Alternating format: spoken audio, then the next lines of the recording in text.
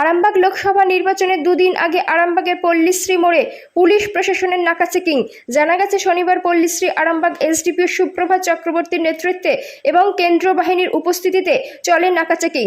Bike থেকে শুরু করে 4 চাকা সহ বিভিন্ন যানবাহনে চলে তল্লাশি। বিভিন্ন গাড়ির ডিকি খুলে করতে দেখা যায় তল্লাশি। ভোটের আগে পুলিশ প্রশাসনের এই তৎপরতাকে আরামবাগবাসী সাধুবাদ জানিয়েছেন। জানা গেছে, এই দিনের এই নাকা চেকিং এর সময় ছিলেন আরামবাগ থানার আইসি সহ অন্যান্য পুলিশ কর্মীরা। এই দিনের এই নাকা চেকিং প্রসঙ্গে কি জানাচ্ছেন আরামবাগের এসডিপিও সহ সাধারণ মানুষ, তাদের মুখ থেকে বিস্তারিত শুনুন। 24 আওয়ার্স আরামবাগের রিপোর্ট।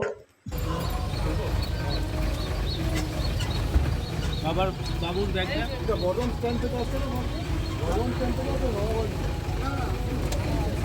রাস্তা ধারে চলে যাবে।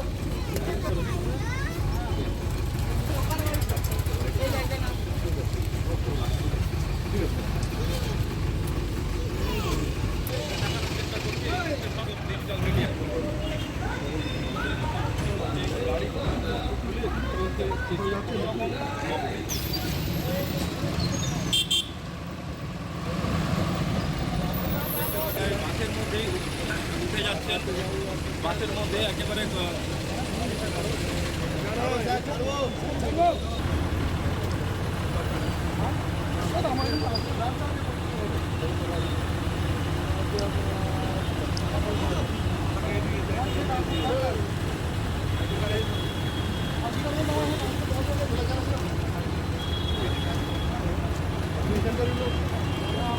আরামবাগ এসডিপিও এবং আরামবাগ আইসি রাকেশ সিং তারা কিন্তু বাসের মধ্যে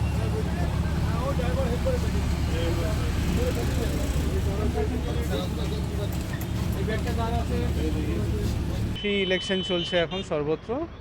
20 তারিখ আমাদের এখানে ইলেকশন প্রসেস হবে, তো তারই একটা পার্ট হিসেবে আমাদের এই সারপ্রাইজ নাকা চেকিং বিভিন্ন পাবলিক ট্রান্সপোর্ট এবং আরও যেসব ট্রান্সপোর্টের মাধ্যমে পাবলিক যাতায়াত করে সেইগুলোতে আমরা নজর করছি।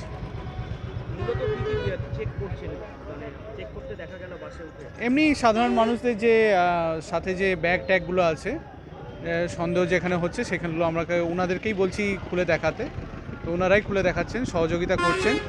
কোথাও যদি কোনো আনঅ্যাকাউন্টেড টাকা থাকছে তো সেটাও আমরা জিজ্ঞেস করছি কী কারণে, এবং তার আইডি প্রুফ নেওয়ার চেষ্টা করছি। প্রথম তো এই যে তল্লাশি অভিযান, পুলিশ নিজের কাজ করছে, আমাদেরকেও আমাদের দায়িত্ব বুঝতে হবে, পুলিশকে সহযোগিতা করতে হবে। হয়রানি মনে হচ্ছে না? না না না, কোনো হয়রানি না। কি চেকিং করলেন? নর্মাল জাস্ট যেটুকু দেখার সেইটুকুই, তার বাইরে কোনো কথাও উনি বলেননি এবং যথেষ্ট সাহায্যই করেছেন। আপনি কোথা থেকে আসছেন? আমি আসছি বর্ধমান থেকে। কোথায় যাবেন? এই আরামবাগ। কি নাম আপনার? আমার নাম সুব্রত পাঠক। কি করেন? আমি সার্ভিস করি বাজাজ ফাইন্যান্স। বলছি দাদা, এই যে পুলিশের এরকম চেকিং প্রতিদিনই করার দরকার আছে? প্রতিদিন না হলেও মাঝে মাঝে তো করার দরকার আছে। শুধু কি নির্বাচনের ক্ষেত্রে বাদ দিয়েও অন্যান্য সময়ও? হ্যাঁ, দরকার আছে। বর্ধমানে বাড়ি দাদা? হ্যাঁ, বর্ধমান। ওখানে ভোটের সময় কি এরকম চেকিং হয়েছিল? হ্যাঁ, হয়েছিল।